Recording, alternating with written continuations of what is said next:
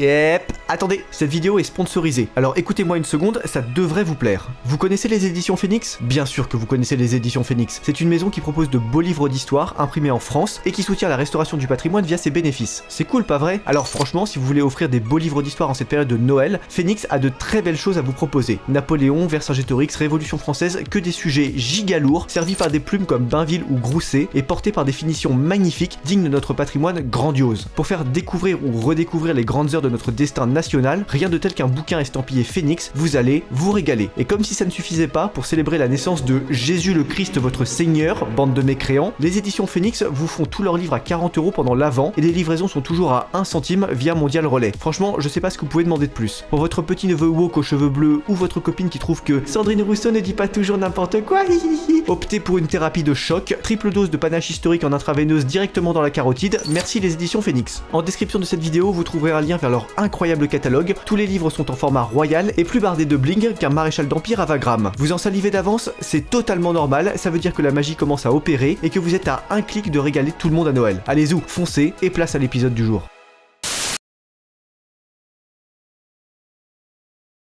Bon, les gars, bienvenue dans Bérésina. L'épisode d'aujourd'hui va être tellement lourd que si je le mets dans une balance face à Gérard Depardieu, Iseux et la suffisance de Bégodeau... Moi, je pense que ce qui est fort chez la gauche, c'est notre pertinence sur la compréhension du corps social. Mais vous fumez, monsieur.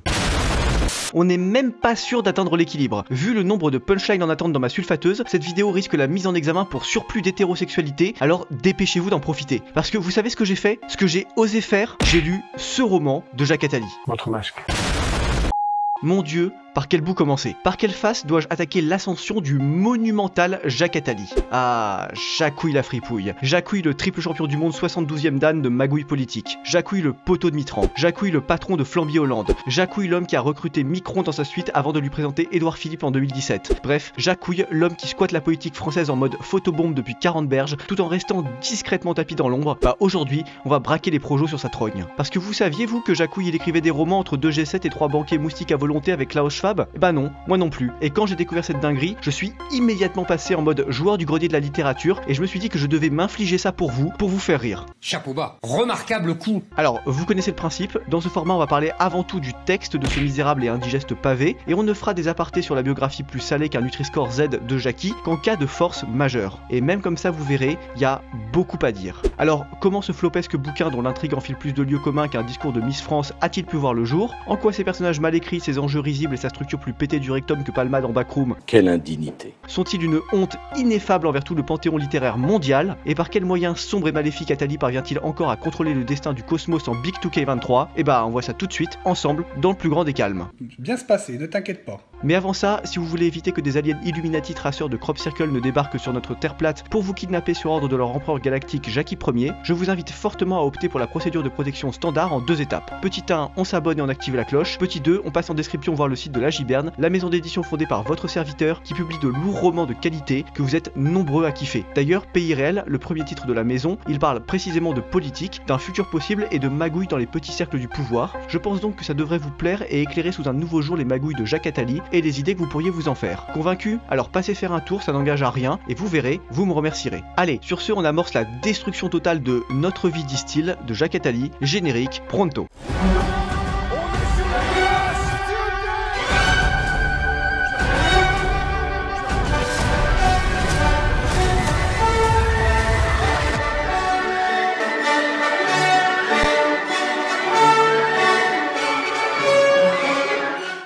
Bon, alors aujourd'hui il va falloir y aller méthodiquement, il y a tellement de trucs à dire que c'est une gageure de tout faire tenir en un seul épisode. Notre vie, disent-ils, est un roman au titre totalement naze de Jacques Attali, paru chez Fayard en 2014. Et contrairement aux navrantes escapades littéraires du petit morveux Bégodeau qui aime, à force de grands discours stériles, se donner des nouvelles du réel, Nous nous donnons des nouvelles du réel. Sur la tombe de mon grand-père, j'ai envie de faire...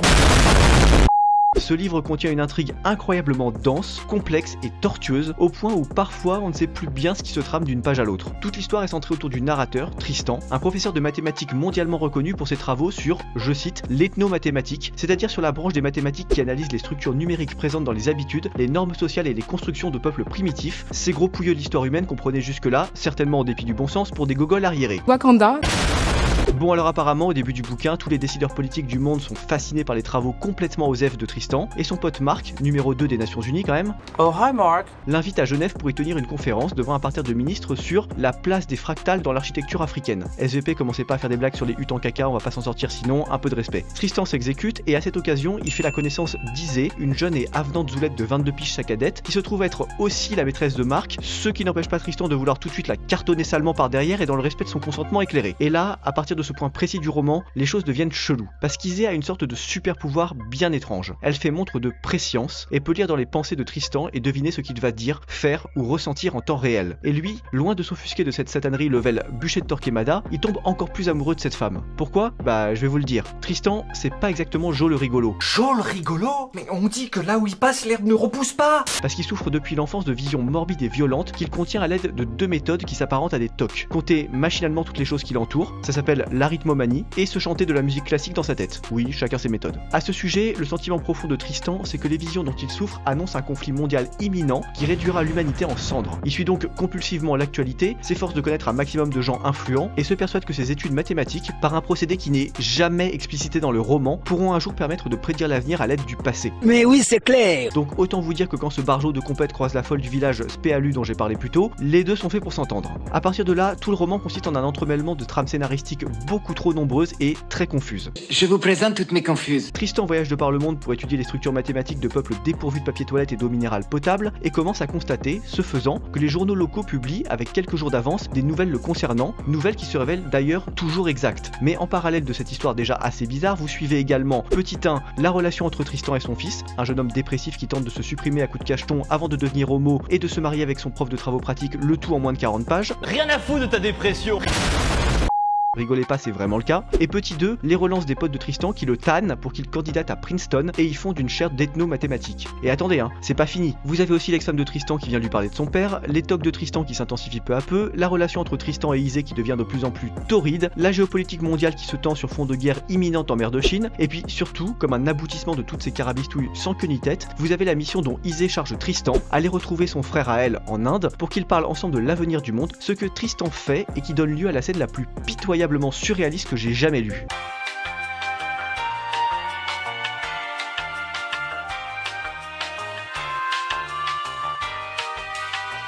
En gros, à la fin du roman, le frérot Starbé explique à Tristan qu'il est lui-même la réincarnation d'un sage hindou ancien et qu'il travaille à provoquer la fin du monde. Pour cela, il a falsifié des articles de presse lus par Tristan et qui parlaient de lui, et organisé le chaos dans sa vie, et provoqué la rivalité entre le Japon et la Chine, parce que tant qu'à faire, pourquoi pas, et machiné plein de dingueries, mais maintenant, il a subitement compris que le monde n'est pas encore prêt à périr, donc il se lève et se jette sous un tuk-tuk qui passait par là. Rigolez pas, j'ai vraiment dû lire ce livre, un peu de compassion. Il met donc fin à sa propre vie, non sans avoir monté une machination pour faire croire à Isée que Tristan est responsable de sa mort, machination qu'Isée évente on ne sait comment, avant de rouler une galoche à Tristan dans la vieille ville de Jérusalem, et c'est la fin du roman. Camoulox ? Bravo, bien joué Gilles. Ouf, mon dieu, qu'est-ce que c'était que cette purge? J'ai franchement jamais vu ça. Un roman publié avec aussi peu de structure, de fond et de logique, c'est absolument hors du commun. Je sais pas si Jacques Attali est vraiment sorti major de Polytechnique, mais en tout cas, à Normal Sup Lettres, on l'aurait pas touché avec un bâton vu son absence phénoménale de sensibilité littéraire. Bon alors qu'est-ce qui va pas dans ce roman? Tout, absolument tout. Un vrai cas d'école. La narration est pauvre, tout est raconté au présent, les sous-intrigues partent dans tous les sens, l'écriture est pédante et farcie de name-dropping infantilisant, comme par exemple sur la référence à Tristan et Isée qui rappelle Tristan et Iseux, explicité sur 3 pages, y en avait-il vraiment besoin? Bref, y a rien qui va. Sur la forme, le livre suit une progression strictement chronologique, sans analepse ni prolepse, c'est-à-dire sans avancée ou recul dans le temps, et copie ad nauseam la même structure pour toutes ses parties. En gros, le cycle du bouquin c'est Tristan arrive quelque part, il reçoit un appel ou rencontre quelqu'un, s'ensuit un dialogue insipide et interminable à la fin duquel Tristan entre dans un long paragraphe plein de questions existentielles et redondantes, ce qui l'amène à chercher des réponses ailleurs, il prend donc l'avion pour un autre bout du monde et c'est la fin du chapitre et hop, on recommence. Et c'est ça, juste ça, tout du long. Il y a absolument jamais, et quand je dis jamais, c'est pas une seule fois en 200 pages, la moindre variation à ce canevas simpliste. Et quand tu vois la longueur du bousin en grand format, ça te donne une idée du massacre. Et puis bien sûr, pour ne rien arranger, les personnages sont aussi attachants qu'un relevé fiscal majoré de l'URSSAF, entre Marc, Marc, le Kando l'alpiniste qui se jette finalement dans un ravin, Isée la femme fatale qui ferait bien de valider sa L3 avant de jouer les aventurières, Che le fils de Tristan qui fait son coming out plus mariage comme un cheveu sur la soupe en 2 paragraphes, et puis surtout Tristan lui-même, le prof de maths qui ne fait jamais de maths, vit comme un jet-setter, enchaîne les avions et avale plus de kilomètres au cours de cette intrigue qu'un astronaute qui se taperait des Mercure-Pluton tous les matins. Parce que oui, faut qu'on en parle de ça. Vous vous souvenez dans ce débat télévisé d'anthologie quand Zemmour reprochait à Attali de parler pour les gens qui vivent dans les aéroports? Vous parlez pour un homme hors sol, vous parlez pour un homme qui passe sa vie dans les aéroports. Mais ça, il n'existe pas à part vous, monsieur Attali.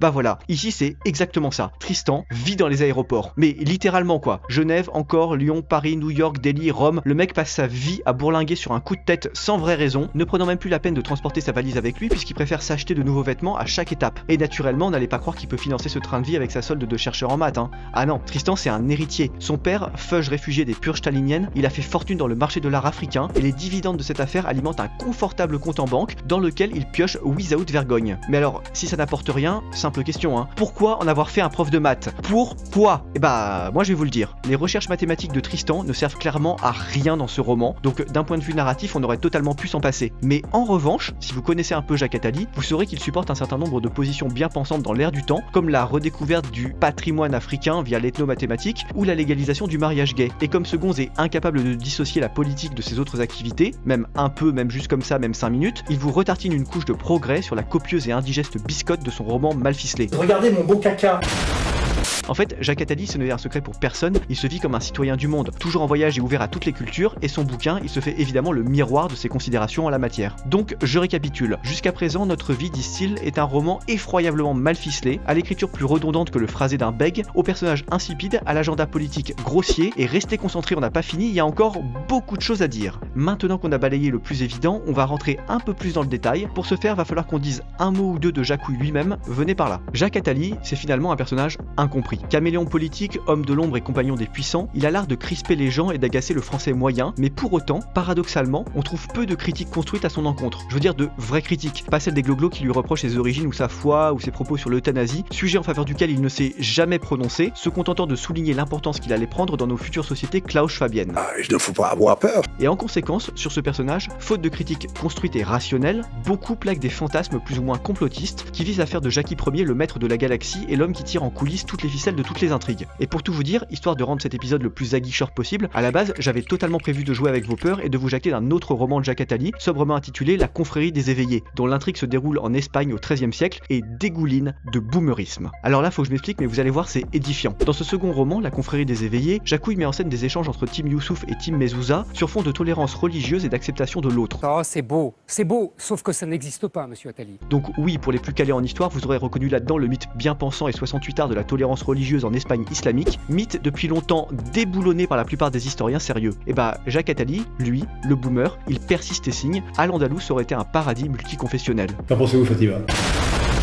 Et moi, ça m'interpelle. Je veux dire, c'est ça votre maître du monde? Un boomer qui radote des inepties sur l'acceptation de l'autre, le multiculturalisme et la tolérance? Vous croyez que ce mec a le cerveau suffisamment puissant pour contrôler l'univers? Mais il arrive déjà pas à contrôler l'intrigue de Notre vie, disent-ils, son bidesque roman éclaté du bidet. Non mais vous l'imaginez à essayer de peser sur le destin des nations? Le mec arrive pas à gratter un chapitre sans bafouiller et ses purgesques bouquins doivent s'écouler à 200 exemplaires maximum. Qu'est-ce que vous voulez qu'il fasse? Et regardez, pour aller plus loin, à la fin de son livre, Jacques Attali remercie les gens qui l'ont aidé à gratter son texte. Et vous savez quoi? Il a deux assistantes qui étaient chargées de relire ses brouillons papier et de les retaper à l'ordinateur. Et ça veut dire deux choses. Déjà, même à 3, ils n'arrivent pas à gratter un texte correct, mais surtout, Attali ne sait pas écrire ses romans à l'ordi, à la main. Il fait tout à la main. Ce type est un tel boomer que le moindre clavier lui file des palpitations. Bah bravo, c'est ça le grand Manitou que vous craignez? Mais relax les gars, hein. Tout va bien en fait. Alors soyons francs, là où certains voient en Jackie un patriarche ombrageux prêt à contrôler le monde à coups d'ordre péremptoire, je vois, pour ma part, un vieillard complètement dépassé qui applique encore sur notre siècle les grises d'analyse éculées du PS des années 80 et qui, même s'il baigne dedans par ses incessants voyages et ses myriades de contacts, ne parvient pas à saisir ce qui fait notre époque. Alors oui, tout ça a des conséquences désastreuses sur la politique française lorsqu'il enrôle, pour le seconder, un jeune requin comme Macron, le seul jeune à ne tellement jamais avoir été jeune qu'il a épousé sa prof de français, mais à l'échelle humaine, ce que ça m'évoque moi, c'est de la pitié, de la grosse pitié. Un peu de retenue,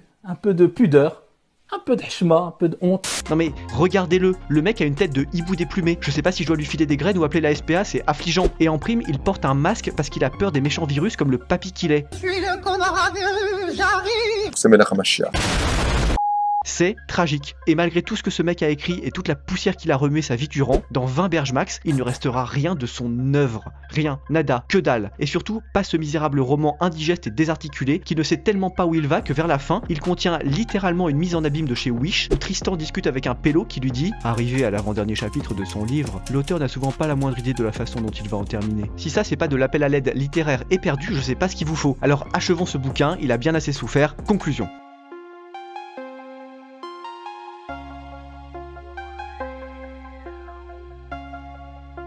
Notre vie distille est peut-être le plus mauvais roman que j'ai jamais lu. Sans rire, c'est ridiculement pourrave et je m'y attendais d'autant moins que les médias nous vendent Jacques Attali comme un cerveau brillant depuis des décennies. Alors, en toute franchise, si ce cerveau a un jour brillé, il semble maintenant éteint depuis belle lurette, donc pour de vraies intrigues sur le pouvoir et une vraie narration littéraire du futur, préférez à ce roman celui que j'ai moi-même publié, Pays réel, son histoire devrait vous captiver, vous pouvez foncer les yeux fermés, et une version numérique pas chère est toujours dispo pour les petites bourses, donc pas d'excuses. Soutenez le projet, soutenez un éditeur indépendant, c'est important. Pour le reste, c'est comme d'habitude.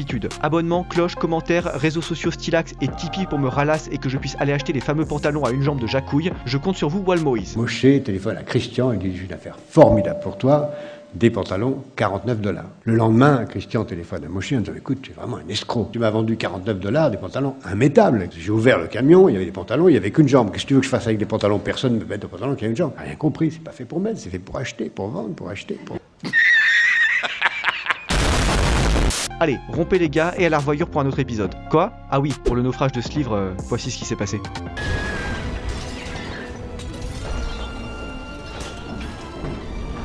Votre masque. Ne traitons pas dans les CV de la même façon les CV de quelqu'un qui s'appelle Mohamed ou quelqu'un qui s'appelle Tristan. Tristan. Tristan. Tristan. Tristan. Eh ben voyons.